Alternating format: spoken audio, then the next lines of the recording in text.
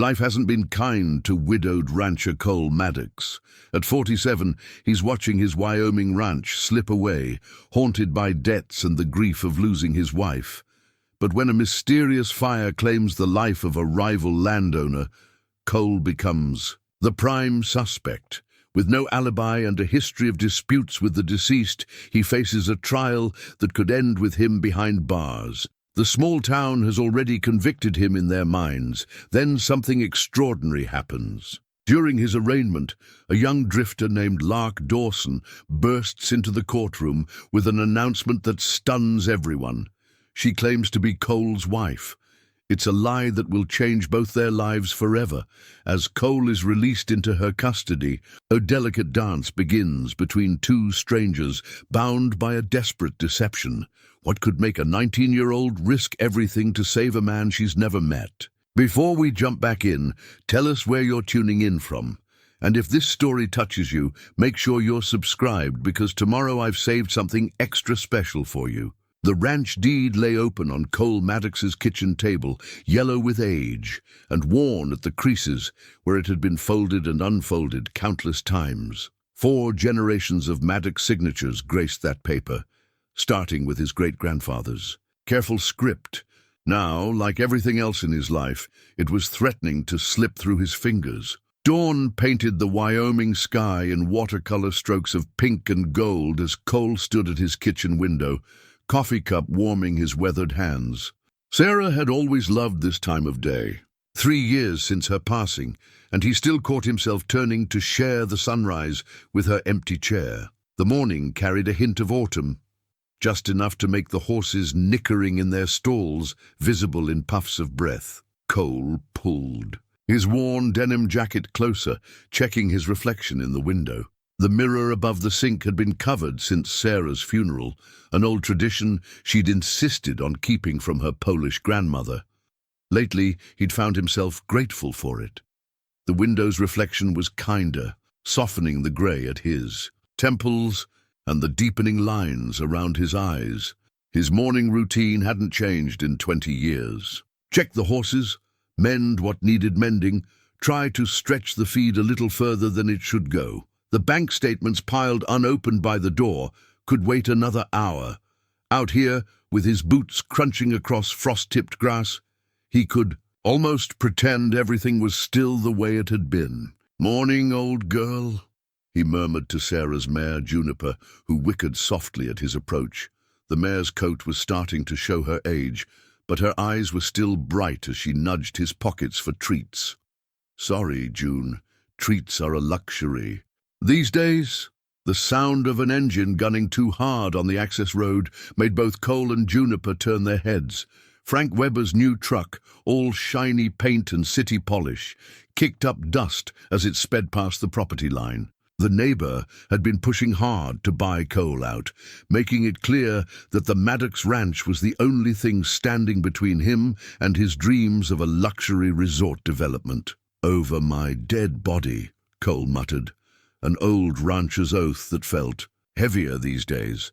Weber's truck disappeared around the bend, but the dust lingered, settling on fence posts that needed mending and a barn that needed paint. Everything needed something, and the pile of bills by the door reminded him daily that he was running out of ways to provide it. The morning paper lay rolled up at the end of his driveway, and Cole took his time walking to get it. These days, it was mostly filled with stories about the changing face of Wyoming. Ranches being sold off, transformed into resorts, and vacation homes for people who'd never worked the land a day in their lives. He tucked it under his arm, without opening it. Some mornings, it was better not to know. Back in the kitchen, Sarah's favorite coffee mug still hung on its hook by the pot. The bright sunflower pattern faded from years of use. Cole touched it gently as he passed, a habit he couldn't break. The deed on the table seemed to watch him, its creased corners curling up like tired fingers. "I'm trying, Sarah," he whispered to the empty kitchen. "God knows I'm trying." The rest of his morning passed in the familiar rhythm of ranch work, his body moving through the motions while his mind churned over numbers that refused to add up. He'd sold off half the herd last spring, but it hadn't been enough. The drought had hit everyone hard, but without Sarah's veterinary income to fall back on, the ranch was bleeding out slowly. By noon, the autumn sun had burned away the morning. Chill, and Cole found himself back at the kitchen table, finally facing the stack of unopened mail. The deed watched him sort through bills and bank notices, its presence both a comfort and an accusation. 4 generations of Maddox ranchers had kept this land alive through worse than this, but none of them had faced it alone. The phone rang, startling him from his thoughts. Probably Weber again, with another offer that felt more like a threat.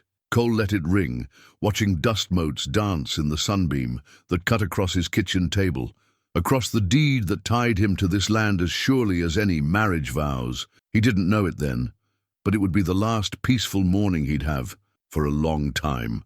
By nightfall, everything would change, but for now, in the quiet of his kitchen, Cole Maddox was just another rancher trying to hold onto a way of life that the world seemed determined to leave behind. The sheriff's report would later describe the fire as suspicious in origin, spreading with unusual rapidity. But sitting in his darkened living room that night, Cole first noticed it as nothing more than a strange orange glow on the horizon, like a false dawn breaking in the wrong direction. He'd been up late again, a habit he'd developed since Sarah's passing. Sleep came easier in the chair than in their bed, though his back complained about it every morning. The television droned quietly, some late-night documentary about wild horses that Sarah would have loved. The empty whiskey glass on the side table caught the flickering light from outside, and for a moment Cole thought he was seeing reflections from the TV screen. But the glow grew brighter, angry and insistent against the star-filled Wyoming sky. Cole stood, joints creaking in protest, and moved to the window. The flame-lit clouds drew his eye to Weber's property, where fire was already consuming the main house with frightening intensity. "Dear God," he breathed, reaching for his phone. His fingers trembled as he dialed 911, eyes fixed on the inferno that seemed to be devouring the night itself. The dispatcher's voice sounded far away as he reported what he was seeing, his words tumbling out in a rush that didn't sound like his own voice. "Fire at the Weber property," he heard himself saying. It's bad, real bad." The next hours blurred together like watercolors in the rain. Fire trucks screamed past his property, their sirens cutting through the cricket song of the late summer night. Cole found himself moving without conscious thought, throwing on his boots, grabbing a jacket. His truck's engine roared to life, and he was halfway down his drive before he realized he was heading toward the blaze. Other vehicles were already parked along the access road, neighbors drawn by the commotion, their faces ghost-pale in the reflected firelight. Cole recognized most of them, had known some since childhood, but something in their expressions made him keep his distance. They watched him approach with strange, shuttered looks. The heat hit him first, a physical wall that drove him back several steps. Firefighters moved like shadows against the flames, their efforts seeming small against the fury of the blaze. Water streams arced through the smoke-thick air, disappearing into the inferno without visible effect. Sheriff Mills materialized from the chaos, his usually friendly face set in hard lines. "Cole," he said, and something in his tone made Cole's stomach clench. "Need you to step back from the scene, Tom. I came to help. Not tonight, you didn't." The sheriff's hand settled heavily on Cole's shoulder, steering him away from the gathering crowd. "Where were you around 10 o'clock this evening?" The question hit Cole like a physical blow. "I was home, watching TV. Tom, you can't seriously..." Lot of people heard about your argument with Frank yesterday, about the buyout offer." That was business, heated words, nothing more. But even as he spoke, Cole could feel the noose of circumstance tightening around his neck. The argument had been bad, worse than usual. Weber had threatened to bury him in litigation, to take the ranch piece by piece, through the courts, if Cole wouldn't sell willingly. The night air carried snippets of conversation from the gathering crowd. Always had it out for Frank, desperate. "At times, what a man might do to keep his land," Then a shout from the burning house changed everything. In the flickering light, Cole watched as firefighters emerged carrying something, someone. The night dissolved into a cascade of urgent voices, running feet, the wail of an ambulance that everyone already knew would arrive too late. Frank Weber, the man who'd wanted to turn century-old ranchland into a luxury resort, was carried out of his burning home. The man who'd threatened to destroy Cole's way of life was now beyond any earthly threats himself. Sheriff Mills' radio crackled with confirmation, what everyone already knew. His face, when he turned back to Cole, had aged 10 years in 10 minutes. "Cole Maddox," he said, and the formal tone made Cole's blood run cold. "I'm going to need you to come down to the station with me." As the sheriff led him to the patrol car, Cole caught his reflection in the window. Smoke had smudged his face, turned his hair gray with ash. Behind him, the fire painted the sky in shades of hell, and he could feel the weight of his neighbor's stares like stones on his back. The ranch deed on his kitchen table flashed through his mind. 4 generations of honest work and proud heritage. Now, like Weber's house, it all seemed to be going up in smoke. The patrol car's door closed behind him with a sound like a coffin lid falling shut, and Cole watched his world disappear into the rearview mirror, obscured by flames and smoke and the growing certainty that nothing would ever be the same again. The arrest warrant read like a stranger's life. Cole James Maddox, residing at 1442 Old Mill Road, Sundance, Wyoming. Charges of first-degree arson and criminal homicide stared up at him in stark black typeface, transforming 47 years of honest living into a set of accusations that felt like fiction. The holding cell at the sheriff's station smelled of industrial cleaner and stale coffee. Cole sat on the hard bench, his calloused hands hanging limply between his knees. The events of the past 12 hours had taken on a dreamlike quality, but the cold metal handcuffs had left very real bruises around his wrists. "Need to ask you again about that phone call, Cole." Sheriff Mills stood outside the cell, his notebook open. He looked uncomfortable in his formal uniform, worn for the morning's press conference. "You said Weber called you yesterday afternoon?" 4:30, thereabouts." Cole's voice sounded hollow in the concrete room. "Said he had one final offer for the ranch. Threatened to drown me in lawsuits if I didn't take it." "And that made you angry?" "Course it made me angry, Tom. Known each the 30 years, and you're really asking me that?" The sheriff's pen scratched across paper. Outside the small window of the holding cell, Cole could hear the growing murmur of voices. The morning edition of the Sundance Gazette had already run the story. Local rancher questioned in rival's death. By noon, his face would be on every screen in 3 counties. "Your financials tell a pretty clear story," Mills continued, not meeting Cole's eyes. "Bank was about to foreclose. Weber's offer might have been your last chance to walk away with something.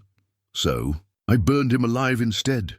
That what you think of me, Tom?" The silence that followed hurt worse than any accusation. Mills finally looked up, and Cole saw not the man who'd shared beers at his wedding, but a sheriff building a case. "What I think doesn't matter much anymore. District Attorney's office is sending someone down. They'll want to talk about the accelerant traces found at the scene."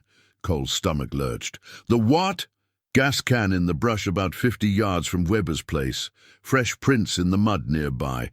Lab's running them now." Mills closed his notebook. "You still got those old work. Boots with the star pattern on the sole. The boots Sarah had given him 5 Christmases ago." Cole closed his eyes, remembering her excitement as he'd opened the box. "In my mudroom," he said quietly, "where they've been since Tuesday. We'll need those." Mills signaled to a deputy. "Along with any clothes you were wearing last night." Judge Hawkins signed the warrant an hour ago. The deputy who came to collect Cole's possessions was young, probably straight out of training. Cole recognized him as Matt Wheeler's boy. He'd coached his Little League team years back. Now the kid wouldn't meet his eyes as he snapped on latex gloves and bagged Cole's clothes as evidence. Through the station's windows, Cole caught glimpses of gathering crowds. News vans had begun arriving, their satellite dishes reaching toward the sky like accusing fingers. He thought of his ranch sitting empty, the animals needing care. "My horses—" Henderson said they'll look after the place, Mills cut in. "They're good folks who'd already decided he was guilty." Cole had seen Betty Henderson at the fire, had watched her pull her husband away when he'd tried to approach. 30 years of neighborly bonds, severed in a single night. The district attorney's representative arrived like a storm front, bringing with her an air of urban efficiency that seemed out of place in the small station. Her heels clicked sharply on the concrete floor as she approached Cole's cell, case files tucked under one arm. "Mr. Maddox." She didn't offer her hand. "I'm Andrea Morris from the DA's office. Given the severity of the charges and the evidence currently in our possession, we'll be requesting remand without bail at your arraignment tomorrow morning." Cole felt the last piece of his world slip away. "Without bail? I have a ranch to run." "You have a dead neighbor, Mr. Maddox, and a clear motive." She consulted her files. The foreclosure proceedings, the repeated conflicts over land use, the witnessed argument mere hours before the fire. The DA's office considers you a flight risk. Through the window, Cole watched another news van pull up. Somewhere in town, his neighbors were watching this unfold on their screens, shaking their heads at how the quiet widower had finally cracked. The ranch deed in his kitchen seemed a lifetime away now, its generations of honest work reduced to ash as surely as Weber's house. "Get some rest, Cole," Mills said quietly as he turned to leave. "Tomorrow's going to be a long day." Alone in his cell, Cole watched shadows lengthen across the floor, marking time's passage toward an arraignment that felt more like a foregone conclusion. He thought of Sarah, of how she'd always said the truth had a way of coming to light. But sitting there, watching his life unravel thread by thread, Cole wondered if sometimes the darkness didn't win after all. The diner receipt lay crumpled on the counter, coffee rings staining its edges. Sundance Cafe, 2 eggs over easy, wheat toast, black coffee. Server, Alice. Time, 7:42 a.m. Lark Dawson smoothed it flat with careful fingers, studying the morning's headlines, spread across the newspaper beside her plate. "Refill, honey?" Alice, the waitress, held the coffee pot like a peace offering. Her eyes kept drifting to the courthouse. Across the street, where news vans clustered like vultures, "Please." Lark's voice was soft, practiced in the art of not drawing attention. 3 days in town had taught her the rhythms of the place, who watched what, who talked to whom. The diner was command central for local gossip, and she'd chosen her seat carefully. "Shame about the whole thing," Alice said, topping off Lark's cup. "Cole Maddox was always good people. Quiet since his wife passed, but good people." Lark noticed the past tense. Already the town had convicted him. "You knew him well." "Long as anyone. His Sarah used to come in every Sunday after church, always ordered the same thing." Alice's face softened with memory. "Cold sit right where you are now, watching her like she hung the moon." The bell above the door chimed, and 3 men in ranch wear entered, bringing with them the sharp October air and loud opinions about the upcoming arraignment. Lark kept her head down, but her ears open. "Bank's already circling that ranch," one said, settling heavily into a booth. "Weber's development company still wants the land. Guess they'll get it now, one way or another." "Convenient timing," Lark murmured into her coffee. Alice paused in wiping down the counter. "Something on your mind, honey?"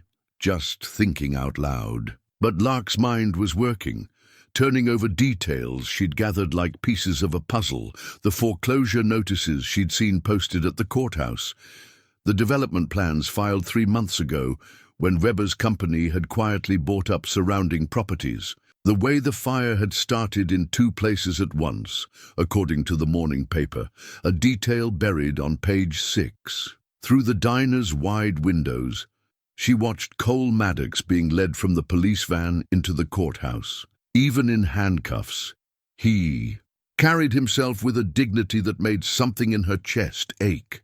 He looked like her father had, that last day in court.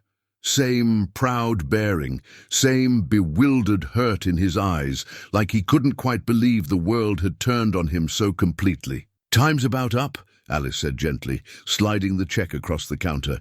"They're clearing the courthouse for the arraignment." Lark's fingers found the folded papers in her jacket pocket.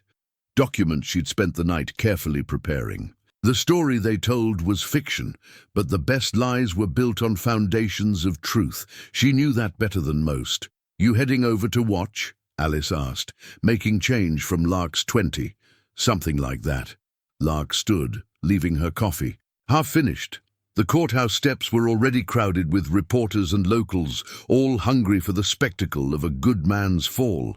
She thought of her father again, of promises made in a prison visiting room. "Sometimes," he told her, "the law needs a little help finding justice." She'd spent the years since his death learning exactly what he'd meant. The morning sun caught the courthouse's stone facade, making it glow like amber. Lark joined the stream of people filing through security, her story already settled into her bones like a second skin. The papers in her pocket felt warm, alive with possibility. She found a seat in the back of the courtroom, watching Cole Maddox's broad shoulders bend under the weight of chains and accusations. The prosecutor was young, ambitious, already playing. To the cameras with practiced gestures. The public defender looked overwhelmed, his notes scattered across the defense table like fallen leaves. When the judge asked for Cole's plea, his voice carried to the back of the room, clear and steady. "Not guilty, Your Honor." Lark's hand slipped into her pocket, fingers brushing the papers that could change everything. She'd done her research, knew the risks. One wrong detail, one question asked too deeply, and everything would unravel. But watching Cole stand alone, before the bench, she saw her father's ghost in every line of his face. The judge began reading the charges, his voice droning through the hushed courtroom. Lark felt time slow, crystallize. In moments, she would stand. In moments, she would speak words that could save a man or damn them both. Her heartbeat counted. Down the seconds, each pulse carrying her closer to a point of no return. The diner receipt crinkled in her pocket, a small reminder of her last quiet moment before stepping into someone else's story. Before becoming, for better or worse, Cole Maddox's last chance at justice.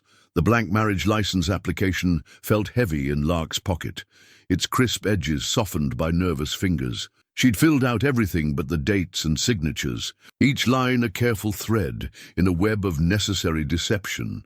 As Judge Harrison began the bail hearing, she watched the document's corner peek from her jacket like a white flag of surrender or revolution. "In the matter of the state of Wyoming versus Cole James Maddox," the judge intoned, peering over reading glasses that caught the fluorescent lighting. "The court will hear arguments regarding pre-trial detention." The prosecutor rose, smooth as silk. "Your Honor, given the severity of the charges and Mr. Maddox's substantial connections to the community, the state considers him an extreme flight risk. We request remand without bail." Cole stood motionless at the defense table, shoulders straight, despite the weight of his shackles. The morning light through the high windows turned his grey hair silver, highlighting the deep lines of fatigue etched around his eyes. "Your Honor," the public defender shuffled his papers, already looking defeated. "My client has no prior criminal record. He's a lifelong resident with significant property ties to the community. Property he's about to lose to foreclosure," the prosecutor cut in, "making him even more likely to flee jurisdiction."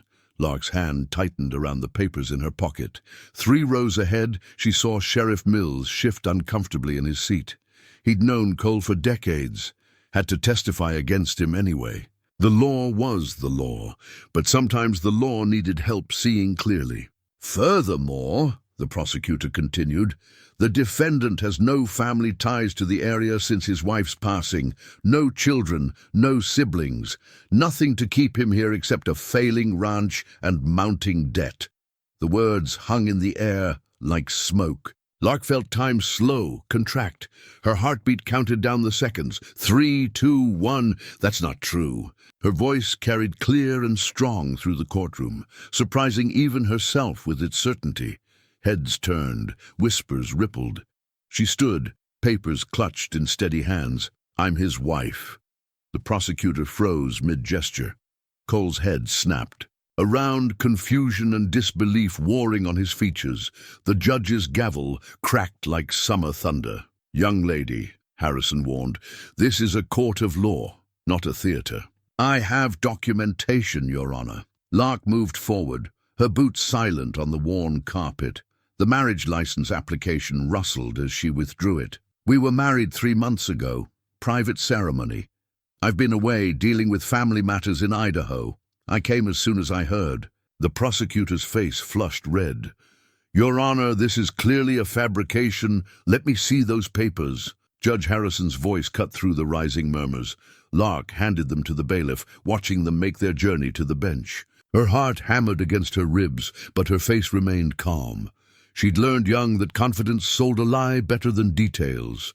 Cole hadn't moved, hadn't spoken. His eyes fixed on her face like a drowning man sighting land, equal parts hope and suspicion in his gaze. She didn't dare look directly at him. One wrong expression, one moment of hesitation, and everything would unravel. The judge studied the documents, frowning.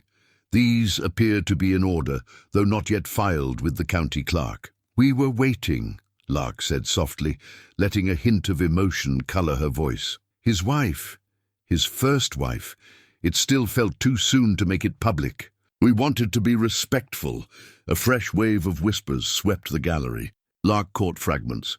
"Young enough to be his daughter. Gold digger. Must be lying." But she also saw uncertainty creeping into some faces. The story was just uncomfortable enough, just socially awkward enough, to feel true. "Judge." Harrison removed his glasses, polishing them slowly. Mrs. Maddox, you're willing to take responsibility for the defendant, ensure his appearance at trial?" "Yes, Your Honor." No hesitation, no flutter in her voice. "I'll stake everything I have on it." The prosecutor launched into objections. But Lark could see the judge had already made his decision. The ground had shifted. A man with a wife, however unlikely, was harder to paint as a flight risk than a desperate widower with nothing left to lose. "Defendant will be released on bond," Harrison announced, under the supervision of his spouse. "The court will require daily check-ins and surrender of his passport." The gavel fell again, sealing the decision. In the controlled chaos that followed, Lark finally allowed herself to meet Cole's eyes. She saw questions there, and warnings, and maybe a glimmer of hope. She gave him the smallest of nods, a promise and a prayer, wrapped in a single gesture. The marriage license application would never be filed, but the lie it carried had just bought them both some time. Now she only had to convince a suspicious rancher to trust a stranger with his life, and hope her own past didn't catch up with them both before she could uncover the truth about the fire that had started this whole dance. The conditions of release document lay between them on the truck's dashboard, its official letterhead stark against the weathered vinyl. Cole gripped the steering wheel of his old Ford, parked in the courthouse lot, reading the terms for the third time. Defendant must reside at listed address, daily check-ins, remain within county limits, under direct supervision of spouse. "You want to ask?" Lark said quietly from the passenger seat. She hadn't touched the door handle yet, as if sensing they needed this moment before stepping into their shared fiction. "About why I did it." Cole studied her reflection in the windshield, this stranger who'd claimed to be his wife. She was younger than he'd first thought. Barely out of her teens, with dark hair cut practical short, and eyes that carried too much knowledge for their years. "Would you tell me the truth if I did?" Probably not. A hint of a smile touched her lips. Not yet, anyway. Through the windshield they watched reporters packing up their gear, disappointed by the anticlimactic end to what should have been a simple remand hearing. Sheriff Mills stood by his patrol car, trying not to look like he was watching them. "We need to get our stories straight," Lark continued. "They'll be asking questions, looking for holes." "There's nothing but holes." Cole turned to face her fully. "You're not my wife, never met you before today. One phone call to Idaho will find carefully placed evidence of a quiet ceremony 3 months ago." She met his gaze steadily. I don't do anything halfway, Mr. Maddox. Cole, he corrected. Automatically. Suppose you better call me Cole, considering. The ghost of Sarah seemed to sit between them, filling the truck's cab with unspoken questions. Cole pushed away memories of other drives, other conversations in this same spot. You do realize what you've done? Perjury's a felony in Wyoming. So, is first-degree arson. Lark's voice remained gentle, but her eyes were steel. Did you do it? No. She studied him for a long moment, then nodded once. Okay. Just like that? You believe me? I believe in patterns, Cole, in things that don't add up. She pulled a notebook from her bag, small and worn, like how the fire started in 2 places at once, like how Weber's development company filed updated plans 3 days before, removing your ranch from the project completely. Cole felt his breath catch. How did you... Public records, people talk, especially to someone they think isn't listening. She glanced at the courthouse. We should go. Your neighbors are getting curious. He followed her gaze to where a small crowd had gathered, watching them with undisguised interest. Betty Henderson was among them, phone raised like a shield. By nightfall, pictures of Cole with his young wife would be all over social media. The key felt heavy in his hand as he turned it in the ignition. I hope you know what you're doing. So do I. Lark settled back in her seat, clutching her bag like it contained secrets. Maybe it did. Take us home, Cole. We've got a lot of work to do. The truck's engine rumbled to life, a familiar sound in a world that had stopped making sense. As they pulled away from the courthouse, Cole caught Sheriff Mills' eye in the rear-view mirror. The man's expression was unreadable, but his hand moved to his notebook, jotting down something that would probably end up in a file somewhere. The conditions of release fluttered on the dashboard as they turned onto the main road, headed for a ranch that had only ever known one Mrs. Maddox. Cole felt the weight of Sarah's memory, of decades of honest living, pressing down on him. Yet, somewhere beneath the guilt and confusion, a spark of hope flickered to life. This strange young woman, with her careful lies and hidden motives, might be his only chance at proving his innocence. He just had to trust her, or at least trust that her reasons for helping him would keep them both alive long enough to uncover the truth. The late afternoon sun caught Lark's profile as she watched the town recede behind them. For a moment she looked almost familiar, like someone he should remember but couldn't quite place. Then she turned to him with those 2 knowing eyes, and he wondered if he'd ever really know her at all. The yellowed newspaper clipping fluttered from Lark's notebook as she slept, curled uncomfortably in Sarah's old reading chair. Cole picked it up with careful fingers, the Idaho Statesman's headline catching the dawn light. Local judge's daughter missing after controversial verdict. Below it, a younger Lark smiled from a grainy photograph, her hair longer than, her eyes less guarded. He shouldn't read it. Trust went both ways, and God knew they needed every scrap they could get. But his eyes caught fragments anyway. Rachel, Davis 17, disappeared following her father's controversial ruling. Judge Marcus Davies found dead in apparent suicide, accusations of judicial corruption. Rachel Davies, not Lark Dawson. Find what you're looking for. Her voice, soft but alert, made him start. She hadn't moved, hadn't opened her eyes, but the tension in her shoulders told him she'd been awake for some time, wasn't looking for anything.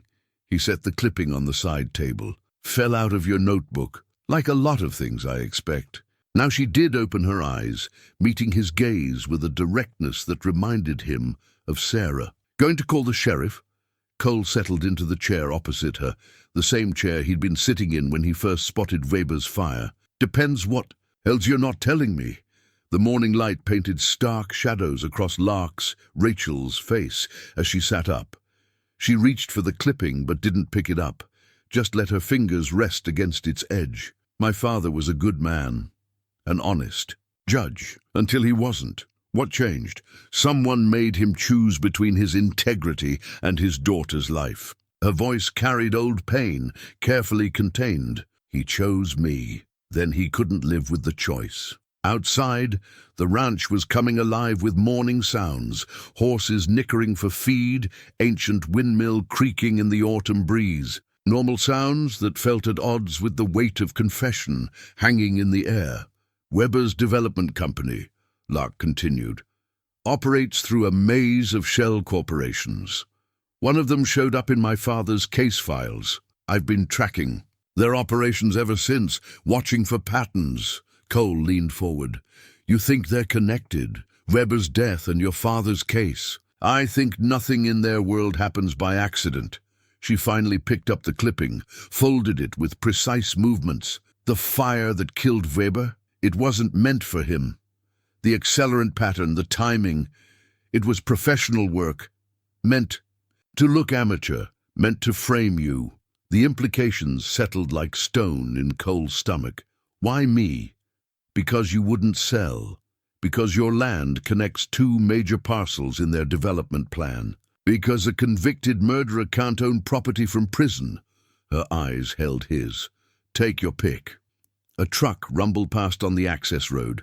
Probably the Hendersons, checking on them under the guise of neighborly concern. Cole waited until the sound faded before speaking again. You took an awful risk, claiming to be my wife. If they're as dangerous as you say, I took a calculated risk. She stood, stretching muscles stiff from the awkward sleeping position. Besides, I'm already dead to everyone who matters. Rachel Davies disappeared 2 years ago. Lark Dawson is just another fake ID in a long series of them, until now.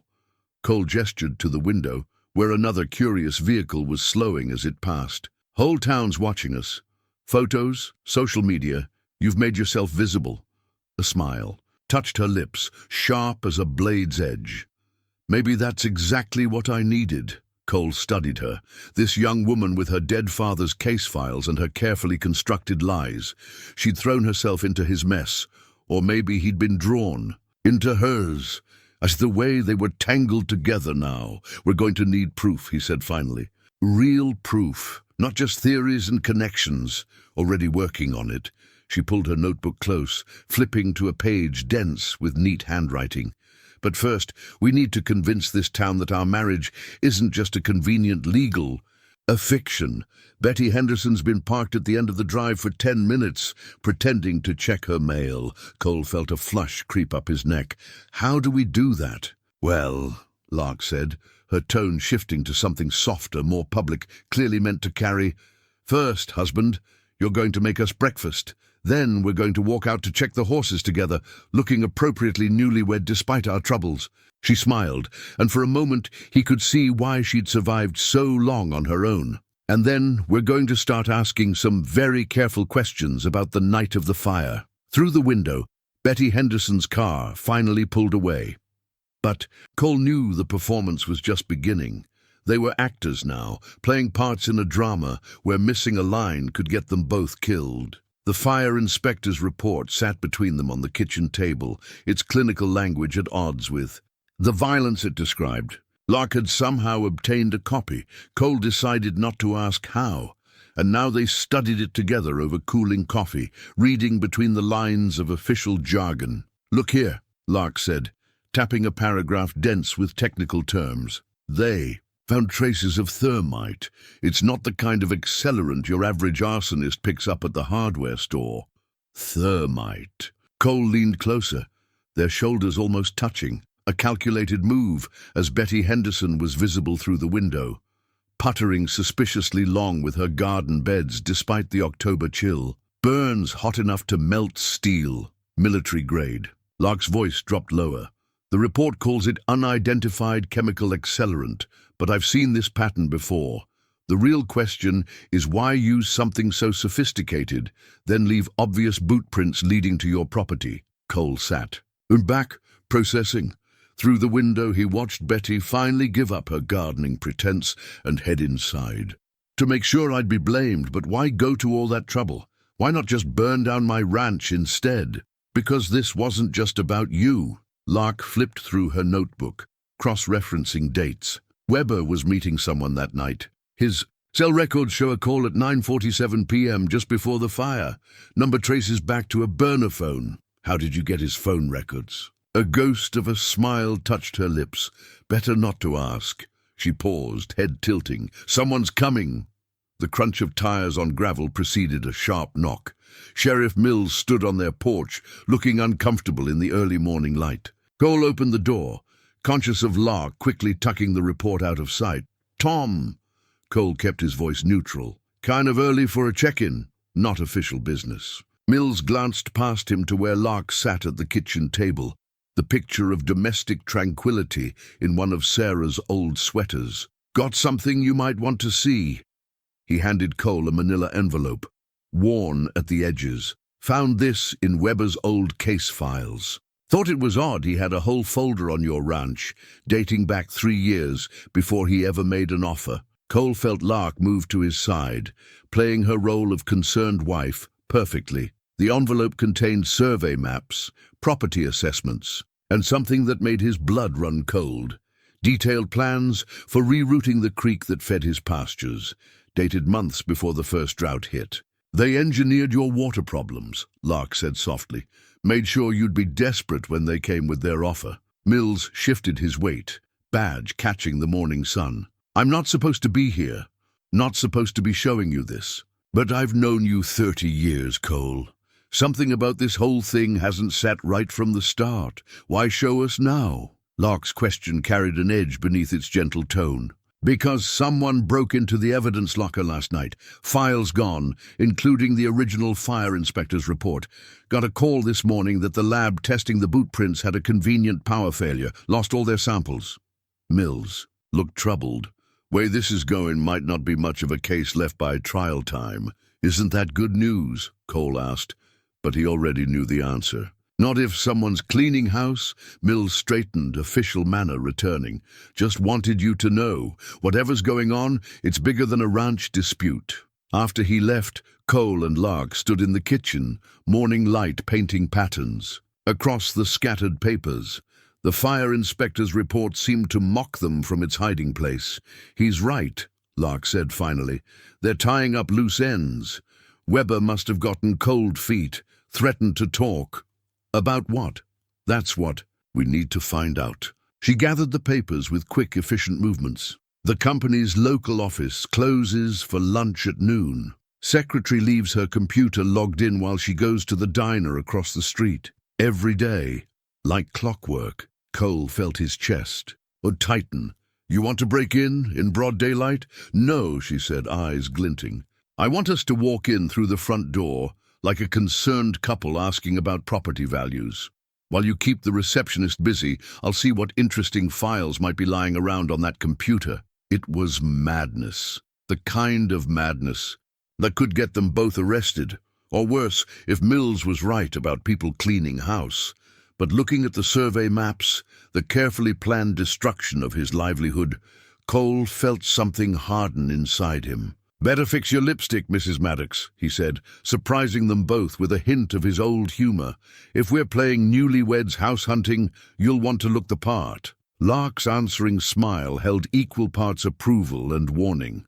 They were crossing a line, moving from defensive to offensive. But as Cole watched her transform herself with a few practiced touches, shoulders softening, walk becoming less purposeful, a mask of wide-eyed innocence settling over her sharp features, he realized she'd been preparing for this moment all along. The fire inspector's report vanished into her bag, another piece of evidence in a puzzle that grew more dangerous with each new revelation. They had until noon to prepare their performance. After that, they'd find out just how far their enemies would go to keep their secrets buried. The anonymous letter appeared on their windshield while they were inside Weber Development's office. Plain white envelope, no markings, held down by a single wiper blade. Inside, typed in nondescript font, "You're asking dangerous questions. Weber asked them too. Back off, or what happened to the judge will happen to you both." Lark's hands trembled slightly as she read it, afternoon sun warming the truck's cab. Cole watched her fold the paper with mechanical precision, turning it into smaller and smaller squares until it nearly disappeared in her palm. "They were watching us," he said quietly. "The whole time we were in there." Of course they were. Her voice was steady, belying the tension in her shoulders. But they waited until after we left to deliver this. They wanted to see what we found. First, what they'd found was worth watching.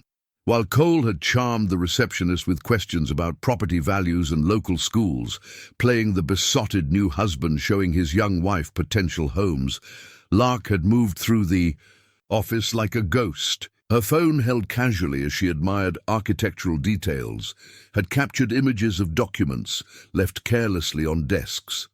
The computer, still logged in just as she'd predicted, had yielded darker treasures. Shell companies, she said now, pulling out her phone. Dozens of them, all leading back to something called Meridian Holdings. They've been buying up ranches across 3 states, always the same pattern. Engineered water problems, mysterious accidents, sudden foreclosures, like Weber did to me. Weber was just a front man. Look at this. She pulled up a photo of an email thread she'd found. He was skimming money, threatening to expose the whole operation. The night of the fire, he had a meeting scheduled with the FBI. Cole felt the pieces clicking into place.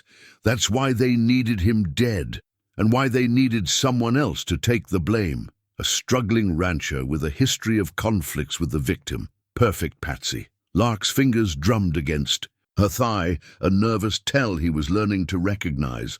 But Weber kept records, insurance. There's a safe in his home office. What's left of it? Fire hot enough to melt steel. She met his eyes. Hot enough to destroy evidence. But they must not be sure they got everything, or they wouldn't be warning us off. Through the windshield, Cole watched people coming and going from the development office. Normal people doing normal jobs, probably unaware they were part of something darker. How many other lives had been ruined by the machinery working behind? That respectable facade? Rachel, he said softly, using her real name for the first time. What happened to your father? Really? She was quiet so long he thought she wouldn't answer. When she did, her voice carried the weight of long-buried truth. He discovered a similar pattern in Idaho. Land grabs, forced sales, all traced back. To shell companies, he was about to issue subpoenas. Her hands clenched in her lap. Then they took me, held me for 3 days, said they'd kill me if he didn't bury the investigation. And he did. He buried everything. Signed whatever they put in front of him. Then he went home and put his service revolver in his mouth. The words fell like stones. They made it look like corruption, like he'd taken bribes. His suicide was their final proof of guilt. The anonymous letter seemed to pulse between them like a living thing. Cole thought of Sarah, of how she'd always said a person's true character showed in how they faced their fears. He watched Lark unfold the letter, smooth it flat against her knee. They're telling us we have a choice, she said. Same choice they gave my father. What do you want to do? She turned to him, and he saw in her eyes the same steel he'd felt forming in his own heart. I want to finish what my father started, but this time we do it smart. We gather everything, build a case they can't bury or burn. And if they come after us, then we give them something they've never faced before. Her smile was sharp as broken glass. A rancher with nothing left to lose, and a dead girl with nothing left to fear. Cole started the truck, decision made. They had enemies now, powerful ones, who thought they were playing a familiar game. But Sarah had always said God looked after fools and righteous causes. Maybe, just this once, they could be both. The anonymous letter rode between them as they pulled away, a declaration of war disguised as a warning. Behind them, someone in the development office picked up a phone, and another piece of their enemy's machinery creaked into motion. The hospital bracelet itched against Cole's wrist. Maddox! Cole J. Admitted 2347, under the harsh fluorescent lights. The plastic band seemed to glow, a stark reminder of how quickly everything had gone wrong. They'd been careful. That's what kept running through his mind as he sat in the emergency room, holding an ice pack to his ribs. They'd been careful, but careful hadn't been enough. Stop fidgeting, Lark murmured from the chair beside him. Her knuckles were scraped, raw, a bruise darkening along her jaw. You'll pull the stitches. The cut above his eye had only needed 3, but the doctor had warned it would scar. Cole touched it gently, remembering the glint of brass knuckles in the barn's shadowy interior. Professional job. Very. Her voice was tight with controlled anger. They knew exactly when we'd be checking the horses. Knew the ranch layout too. Disabled. The security lights before they came in. The attack had been swift, efficient. 2 men, faces hidden by ski masks, waiting in the shadows of the barn. They hadn't said a word, hadn't asked questions. They'd simply started throwing punches, aimed, to hurt but not kill. A warning, written in bruises and blood. What they hadn't counted on was Lark. Cole watched her now, this slight young woman who'd moved like liquid lightning when the first punch was thrown. He'd seen her take down a man twice her size with terrifying precision, turning the attacker's momentum against him. Her father, the judge, might have arranged for more than just legal education during those years before everything went wrong. Where did you learn to fight like that? A ghost of a smile touched her split lip. Same place I learned to forge documents and hack computers. The streets teach you things if you're motivated enough to learn. A nurse passed by their curtained alcove, pausing to check Cole's vitals for the 100th time. They waited until her footsteps faded before continuing. They'll try again, Cole said quietly. Next time they won't underestimate you. No, Lark agreed. Next time they'll come harder, which means we're getting close to something. She pulled out her phone, showing him a photo she'd managed to take during the fight. One of the attackers had lost his mask in the scuffle, revealing a face Cole recognized.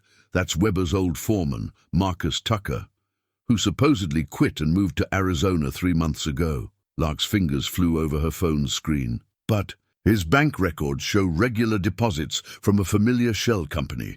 He's their cleaner, Cole. When things get messy, he makes them neat again. Cole felt the weight of his hospital bracelet like a shackle, like Weber's death, like what they wanted to do to me. But tonight was different. This was a message, not a cleanup.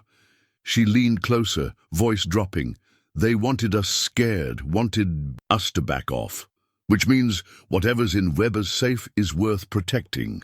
Through the curtain, they could hear the bustle of the emergency room, the normal dramas of a small-town hospital playing out around them. Soon the sheriff would arrive to take their statement.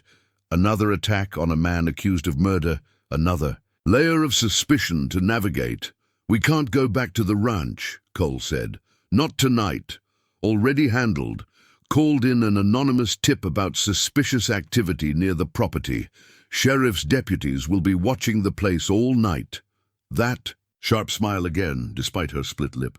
And I got us a room at the Mountain View Motel, registered under one of my other names. Cole felt heat rise in his face. A room?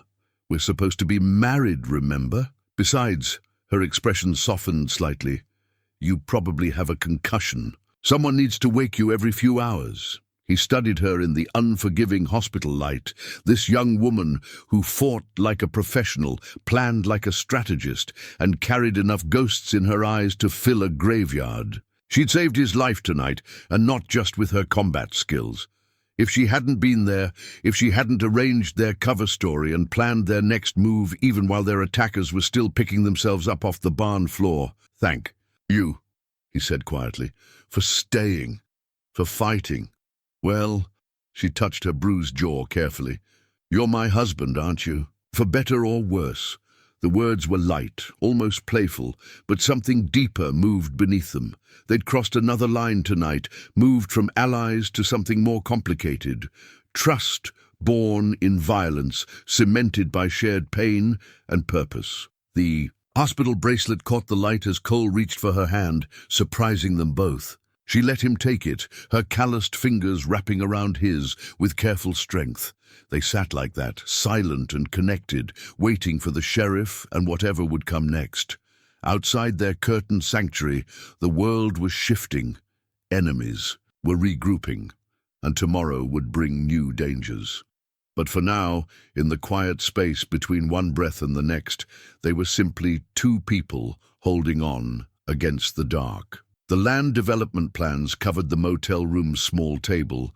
Their crisp corporate letterhead, at odds with the faded wallpaper and worn carpet. Lark had spread them out like a general mapping a battlefield, each document another piece of ammunition in their coming fight. "Look at the water rights applications," she said, pointing to a stack of permits.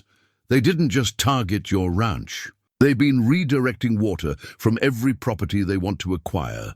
Systematic environmental manipulation across 3 states. Cole leaned over her shoulder, trying to focus on the documents instead of the domestic intimacy of sharing the small room. His ribs protested the movement, a reminder of last night's violence. Weber was gathering evidence? More than evidence. He was building a RICO case. Lark pulled out a flash drive she'd recovered from the development office.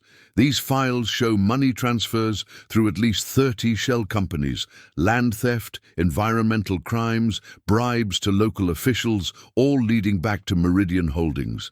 The same company that killed your father. The same company that's about to make a mistake.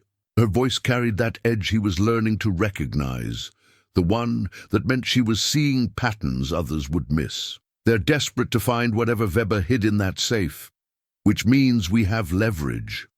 Dawn was breaking outside their second-floor window, painting the Sundance Mountains in watercolor shades of rose and gold. They'd spent the night plotting, planning, piecing together the puzzle of corruption that had claimed so many lives. Now, watching Lark work, Cole saw echoes of her father, the judge. The same dedication to justice, the same unflinching courage in the face of evil. "We can't just walk into Weber's burned-out house," he said. "Place is probably watched. We don't." "Have to." She pulled out her phone, showing him a series of text messages. "I've been corresponding with Weber's sister in Denver. The insurance company finally cleared the property for cleaning. She's hired a salvage crew to start work tomorrow." Understanding dawned. "And you've got us on the crew. Under different names, of course. The safe's in the basement. Concrete. Walls, steel reinforcement. That kind of fire hot enough to melt metal. It would have protected anything inside, not destroyed it." Cole studied the development plans again, seeing not just maps and permits, but a web of deliberate destruction. How many other ranchers had faced what he had? How many families had lost everything to this invisible enemy? "If we get caught, we get one shot at this." Lark's hand covered his on the papers, her touch grounding him. "The salvage crew starts at 8. By 9, the workers take their smoke break. That gives us 12 minutes to get into the basement, crack the safe, and get what we need." "You know how to crack a safe?" That ghost of a smile played across her lips. "I know how to do a lot of things. The question is, can you handle the physical labor with those ribs? We need to look like real salvage workers." He straightened, ignoring the pull of bruised muscles. "I've worked through worse." "I know you have." Her voice softened slightly. "That's what they've always counted on. Good people trying to hold on through whatever they throw at them. But this time we're throwing back."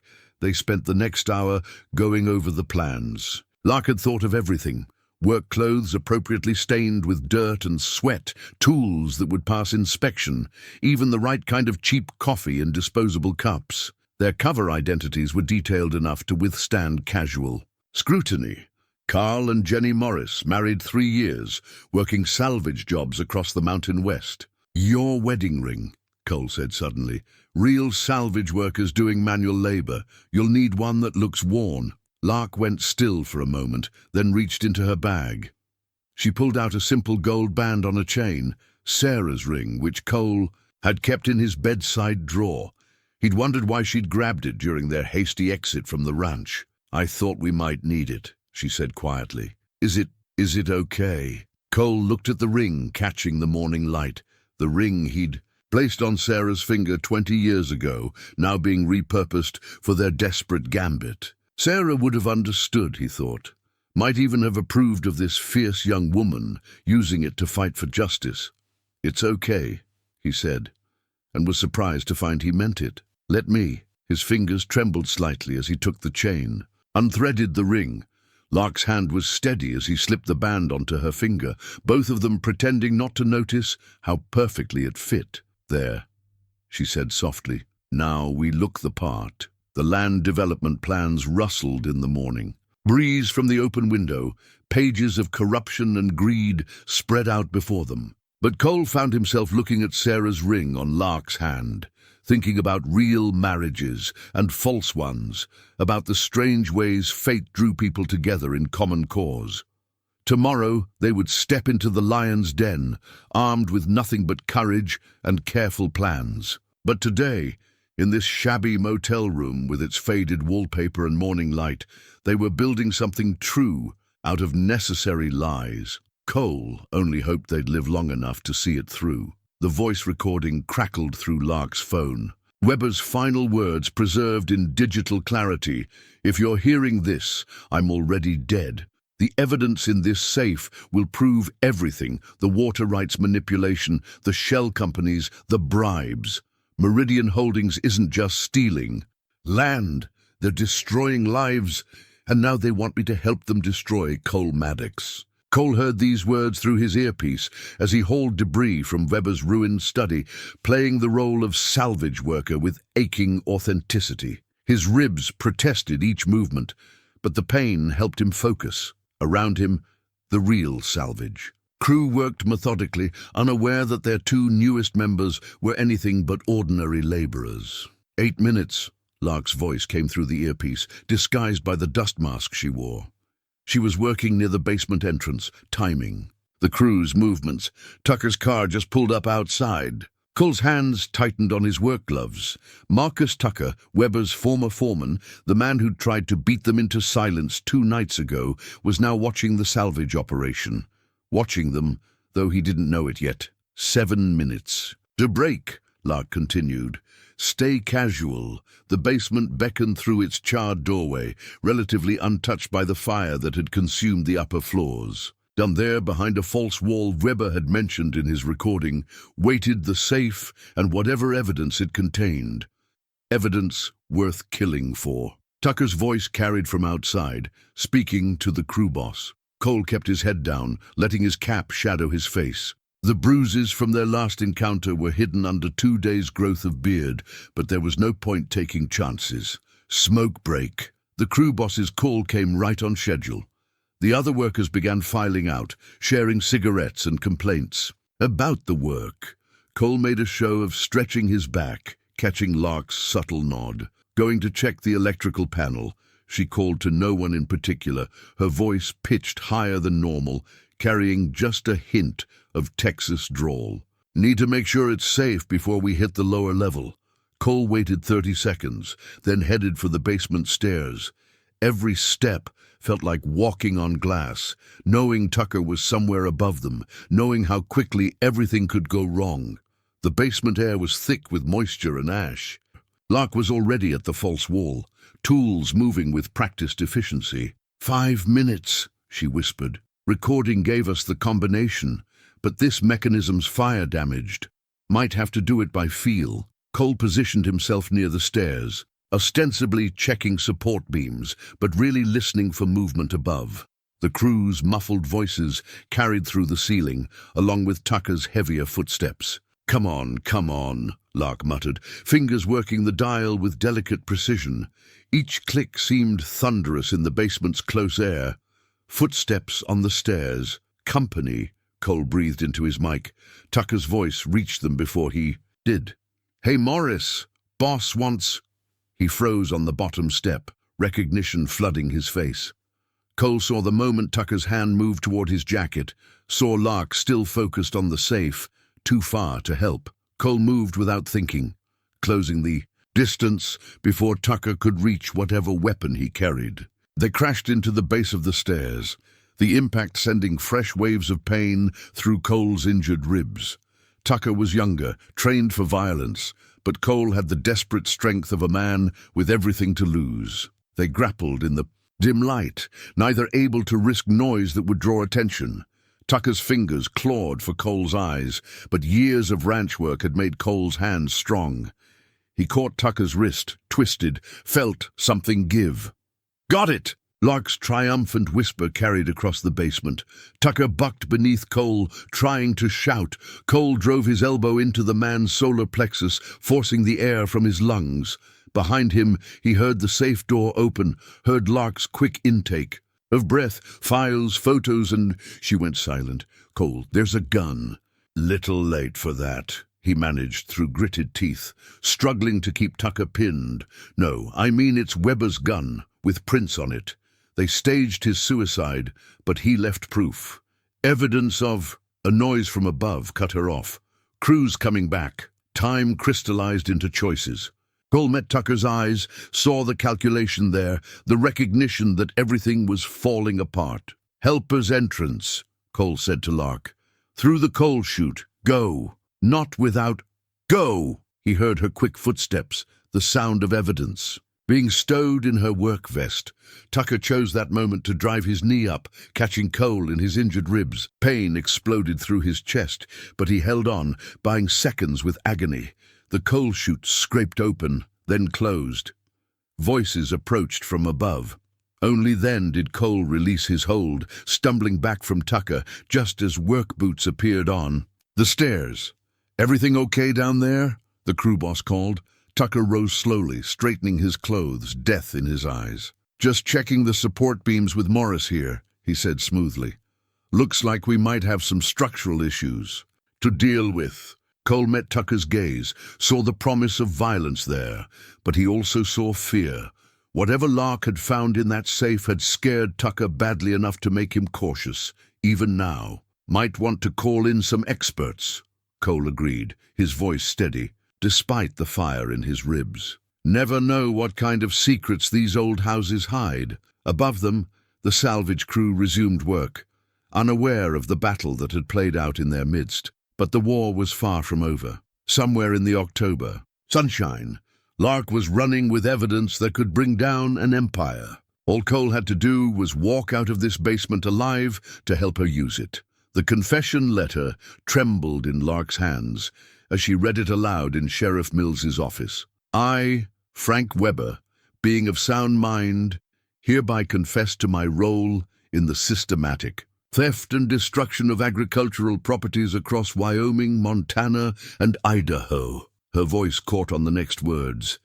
"Including my participation in the conspiracy that led to the death of Judge Marcus Davies." Cole sat beside her, his ribs freshly taped by the department's medic. Through the office windows, he could see Tucker in handcuffs, being led to a waiting federal vehicle. The man's face was a mask of cold fury, but his eyes held something Cole recognized from his own mirror, the look of someone watching their world collapse.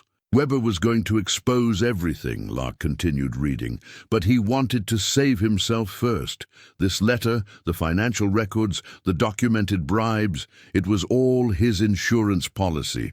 Sheriff Mills studied the stack of evidence spread. Across his desk, photos, ledgers, hard drives recovered from Weber's safe, and they killed him for it, made it look like Maddox did it. They didn't count on Weber having a second safe, Cole said, one not even Tucker knew about.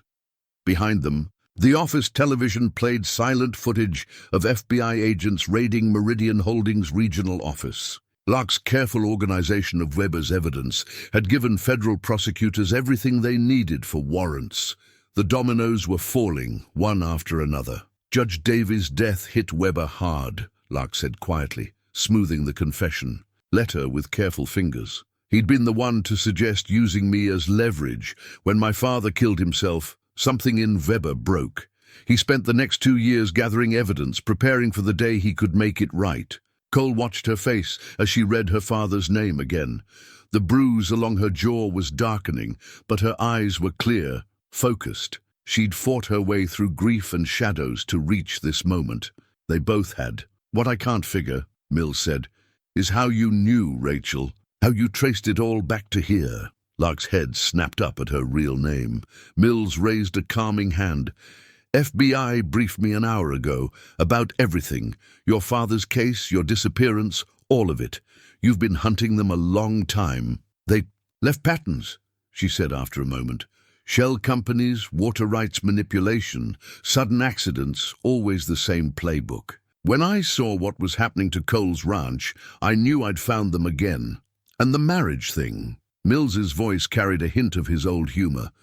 That part of the plan too? Cole felt heat rise in his face, but Lark's answer was steady. I needed a way in, needed to buy time, didn't expect... She glanced at Cole, something soft flickering in her expression. Didn't expect a lot of things. A knock at the door interrupted whatever Mills might have said next. An FBI agent entered, carrying more files. "Sheriff, we've got confirmation. The bribes went all the way up to the State Water Board. Meridian's CEO is in custody, along with half their board of directors. And the evidence?" Lark's voice was sharp. "It's secure, safe in federal hands. Weber's confession alone is enough to clear Mr. Maddox of all charges. The DA's drawing up the paperwork now." Cole felt something tight in his chest finally loosen. He looked at the confession letter, thinking of Weber's last act of conscience. The man had been an enemy, had nearly destroyed Cole's life. But in the end, he'd tried to make it right. "There's something else," the agent said. "In Weber's personal effects. A letter addressed to you, Mr. Maddox. Apparently he wrote it the night he died. The envelope was thin, containing only a single sheet of paper. Cole opened it carefully, reading words written by a man who'd known he was about to die. "Cole, I know an apology means nothing now, but I'm trying to make it right. The water rights to your ranch were never legally transferred. I falsified the documents. Look in the safe's second compartment. You'll find the original deeds, still in your... The water was always yours. I hope you can rebuild. And I hope someday you'll understand that some men get so lost in the dark, they forget how to find their way back to the light." Lark's hand found his as he read, her fingers interlacing with his. She still wore Sarah's ring. Not for show now, not for cover, but because neither of them had thought to remove it after the salvage operation. Outside Mills's office, phones rang with news of more arrests. The machinery of justice was grinding into motion, slowly righting years of wrongs. But in that quiet room, surrounded by evidence of corruption and redemption, Cole found himself thinking not of revenge or vindication, but of second chances. Weber had found his way back to the light, too late to save himself, but in time to save others. Looking at Lark, at Rachel, Cole wondered if perhaps they'd all been given a chance to start again, to build something true from the ashes of necessary lies. The town hall minutes recorded it as Special Emergency Session RE Weber Development. Investigation. But that sterile heading couldn't capture the emotion churning through the packed chamber. Cole sat in the back row, Lark beside him, watching Mayor Henderson struggle to maintain order as decades of secrets spilled into the open. The federal investigation has confirmed systematic corruption affecting water rights across multiple properties, Henderson read from a prepared statement. All affected landowners will be contacted regarding restitution and the restoration of their original water access. The crowd murmured, faces Cole had known all his life, now twisted with anger and shame. Betty Henderson, the mayor's wife, couldn't meet his eyes. She'd been among the loudest voices condemning him after Weber's death. "Furthermore," the mayor continued, "the town council wishes to extend its formal apology to Cole Maddox for..." His voice caught, personal emotion breaking through official protocol. "For failing our duty as neighbors and friends. For believing..." The worst, without question. Lark's hand found Cole's, Sarah's ring warm against his fingers. She'd tried to remove it that morning, but he'd stopped her. Some things, once given, couldn't be easily undone. 7 families, someone called from the crowd. 7 families lost their land to Weber's schemes. How do we make that right? "The FBI has frozen Meridian's assets," Henderson replied. "There will be compensation, but money doesn't fix everything." The new voice belonged to Jim Parker, who'd lost his dairy farm 2 years ago. He turned in his seat to face Cole. "You tried to warn us, didn't you? About the water rights, about Weber's pressure tactics. We didn't want to hear it." Cole remembered those conversations, remembered the frustration of watching his neighbors fall one by one to a threat they refused to see. "We were all afraid," he said quietly. "Fear makes it hard to see clear." "Fear and greed," Lark added, her voice carrying in the hushed chamber. Meridian Holdings counted on both. They'd done it before, in other towns, other states. My father— She paused, then continued stronger. "Judge Davies tried to stop them in Idaho. It cost him everything." A ripple went through the crowd as connections clicked into place. They'd all seen the news by now, understood who Lark really was and why she'd come to their town. Some faces showed sympathy, others calculation, but Cole was proud to see mostly respect in their eyes. Betty Henderson rose suddenly, her voice trembling. "I baked a casserole when Sarah died, brought it over, told you if you ever needed anything." She wiped at her eyes. "Then the first time you really needed us, we all turned our backs." "Not all," Cole said, thinking of Sheriff Mills, of the few who doubted, who'd questioned. "And not forever." The mayor cleared his throat, consulting his notes. "The council has prepared a resolution, formally expunging any record of the accusations against Mr. Maddox from town records. Additionally, we've established a community oversight committee for all future water rights and development proposals." More was said about investigations and restitution, about new safeguards and old wounds. Cole let the words wash over him, focusing instead on the faces around him. These were his neighbors, his community. They'd believed the worst of him. Yes, but they'd also raised him, celebrated his marriage to Sarah, mourned with him at her funeral. People were complicated things, capable of both judgment and grace. "There's something else," Henderson said as the meeting wound down. "The FBI found evidence that the drought conditions affecting Maddox Ranch and surrounding properties were artificially created. With the manipulation stopped, the water table is already beginning to recover." Cole felt his throat tighten. He'd watched his pastures brown and die, watched his cattle grow thin, all because of human greed rather than nature's curse. But nature was resilient. Like truth, like hope, it found a way to survive. The meeting dissolved into smaller conversations, people approaching Cole in ones and twos. Some offered awkward apologies, others simple handshakes that carried more meaning than words.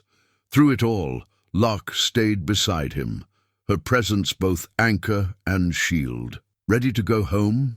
she asked quietly when the last well-wisher had moved. Away, home. The ranch would need work, months of repair and restoration to undo the damage of manufactured drought. The town, too, would need time to heal, to rebuild trust, fractured by fear and suspicion. But looking at Lark, seeing the future in her eyes, Cole knew some damages could become foundations for something stronger. "Yeah," he said, leading her toward the door. Outside, the October sun painted the mountains in shades of promise, and somewhere on his ranch, a spring was beginning to flow again. The new ranch paperwork sat untouched on the kitchen table, stark white against the worn wood, where Sarah's coffee cups had left rings over the years. 2 sets of documents, one to restore Cole's water rights, and another, still blank, that would add a second name to the Maddox Ranch deed. Lark stood at the window, watching the first snow of November dust the pastures. She'd taken to wearing Sarah's old work jacket, and something about the sight made Cole's heart ache in ways he couldn't quite name. "The FBI wants me to testify in Idaho," she said without turning, "against the people who ordered my father's death. Could take months." "I know." Cole poured coffee into 2 cups, his usual mug, and Sarah's sunflower one, which had somehow become Lark's over the past weeks. "You've been trying to tell me for days." Now she did turn, accepting the coffee with a small smile. "Been trying to find the right words, to explain why I have to go, why you can't stay." He kept his voice gentle. "Rachel Davies needs to reclaim her name, her life. Can't do that hiding in Wyoming as Lark Dawson." She flinched slightly at her real name.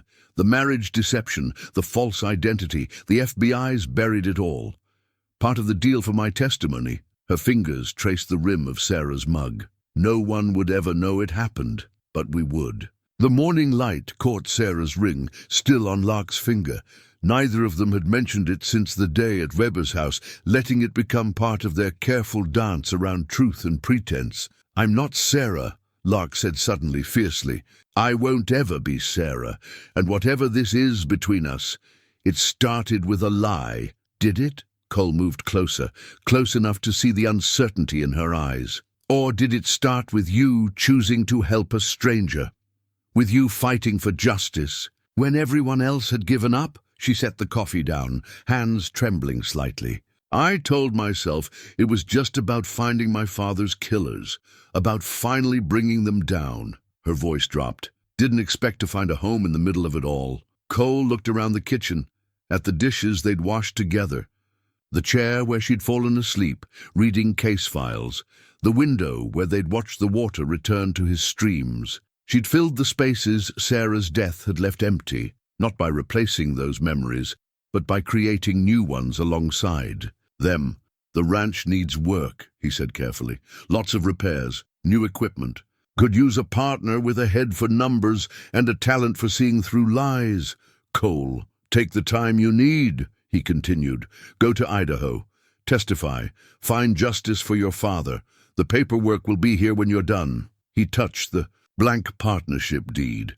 "If you want it." Lark picked up Sarah's ring, turning it in the morning light. "You know what people would say. The age difference, the circumstances, people will always talk. Question is, do we let them decide our story?" She studied him for a long moment.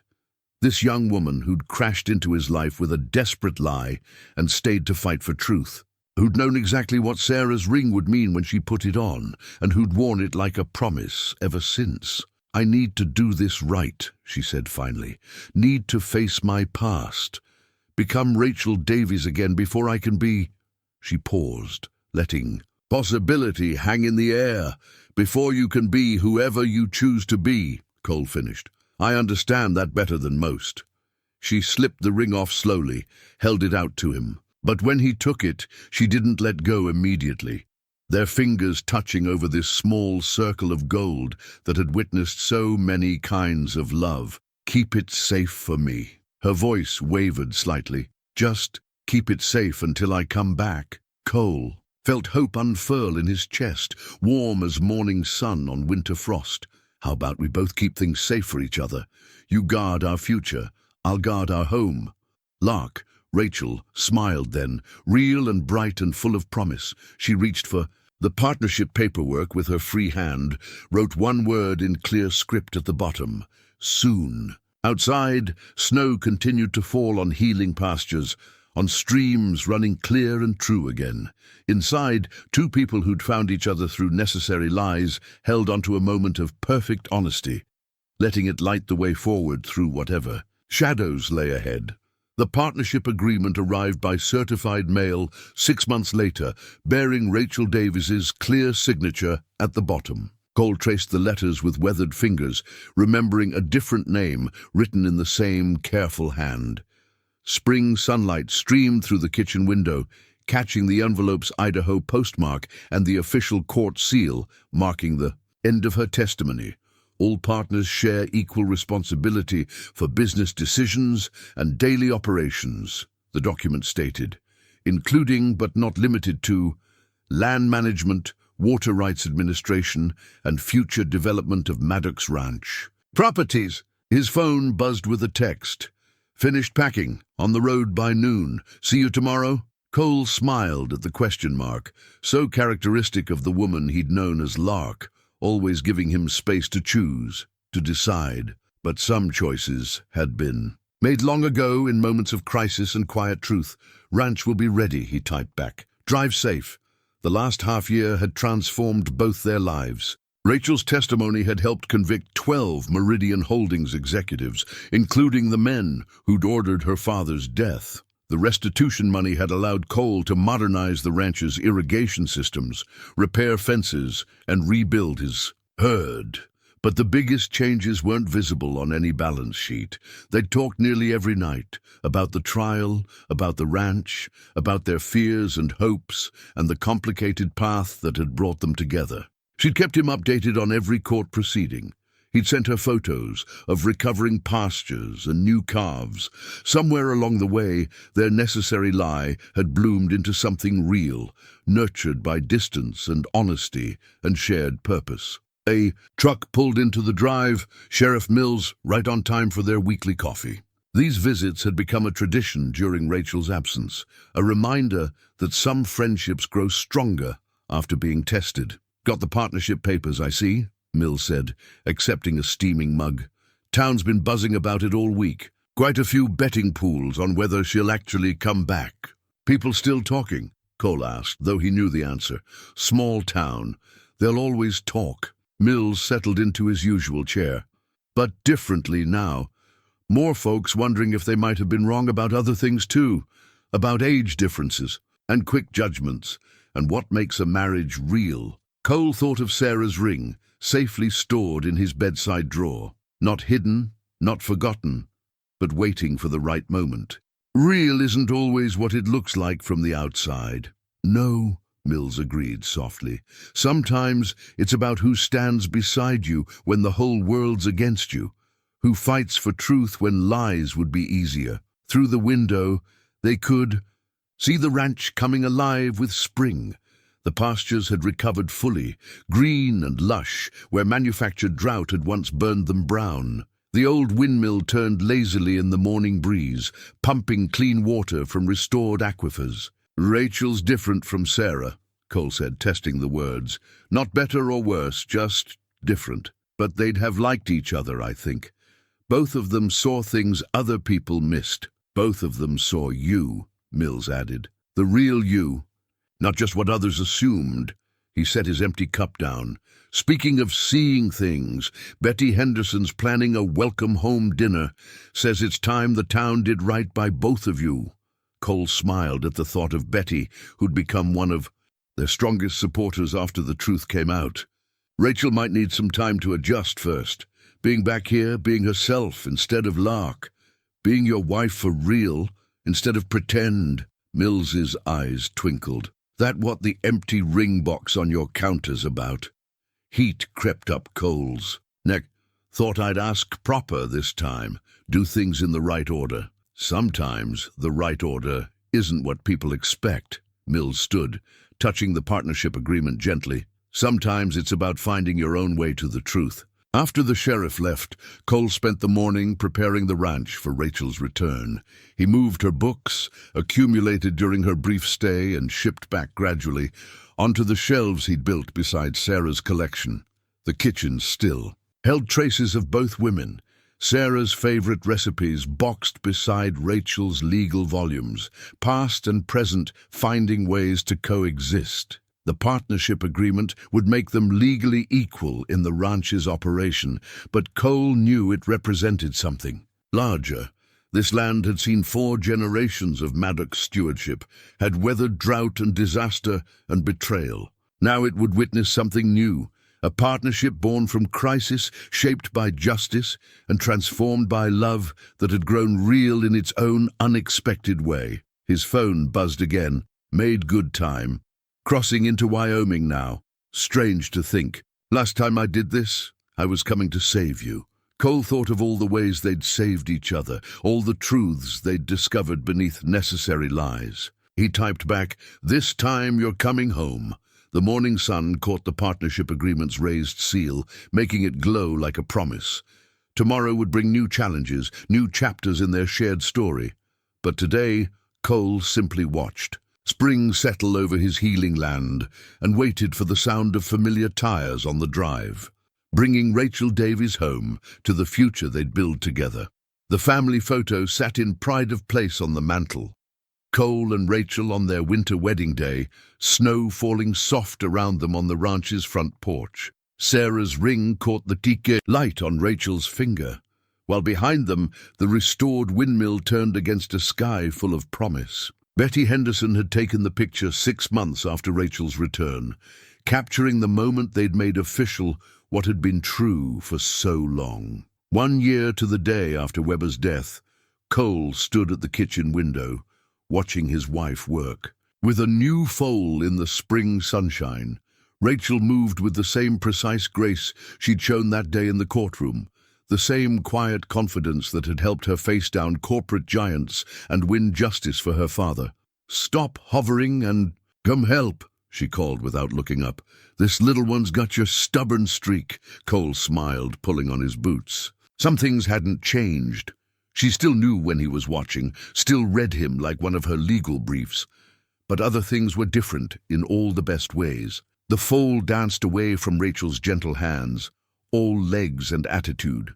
They'd named her Phoenix, a private joke about rising from ashes. The mare was part of their rebuilding, one of many new beginnings taking root on the ranch. "Sheriff Mills called," Rachel said as Cole joined her in the paddock. "They're closing the last of the Meridian Holdings cases. Final sentencing today." Cole watched her face, seeing not triumph but quiet satisfaction. "You don't need to be there. Already sent my statement to the judge." She caught the foal's lead rope with practiced ease. "My father got his justice. Weber's sister got answers. The other families got their land back." Her eyes met his. "Time to focus on our future instead of their past." That future was visible all around them. The ranch had flourished under their partnership, combining Cole's generations of knowledge with Rachel's sharp business sense. They'd modernized thoughtfully, preserved what mattered, and found ways to help other small ranchers protect themselves from corporate predators. The town had changed too. Betty Henderson chaired the new Water Rights Oversight Committee. Jim Parker's dairy farm was running again, his children learning the business alongside him. Even Tucker, serving time but cooperating with investigators, had provided information that helped other communities fight similar land grabs. "Heard from Judge Harrison yesterday," Rachel continued, showing the foal how to give to pressure instead of fighting it. "He's retiring end of the month, wants me to consider running for his seat." Cole felt his heart swell with pride.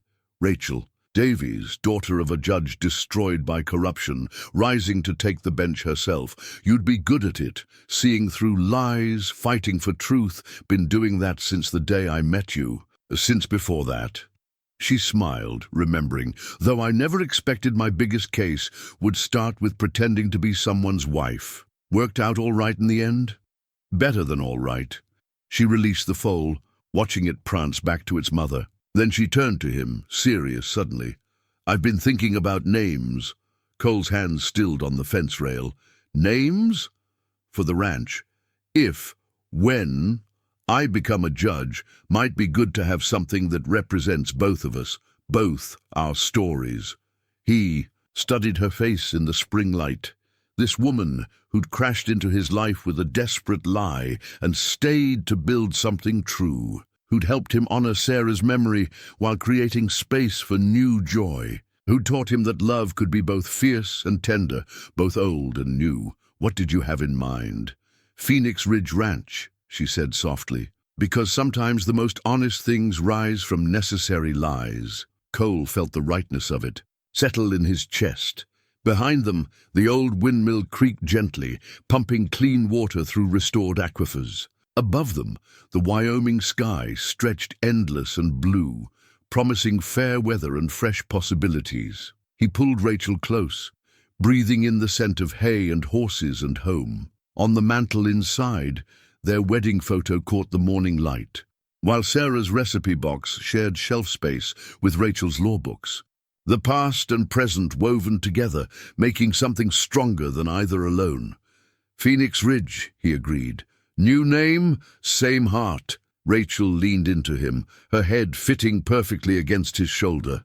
Around them, the ranch was coming alive, with morning sounds, horses nickering, cattle lowing, the distant rumble of Jim Parker's milk truck on the county road. Normal sounds, peaceful sounds, the music of a life they'd built together. The foal pranced past them again, Phoenix bright in the sunrise. Tomorrow would bring new challenges, Rachel's judicial campaign, the ranch's expansion, the endless work of protecting what mattered. But today, they simply stood together in the morning light, watching their future unfold across the healing land. Some stories, Cole thought, don't end so much as transform. Like his ranch, like their love, like truth itself, always changing, always growing, always finding new ways to rise.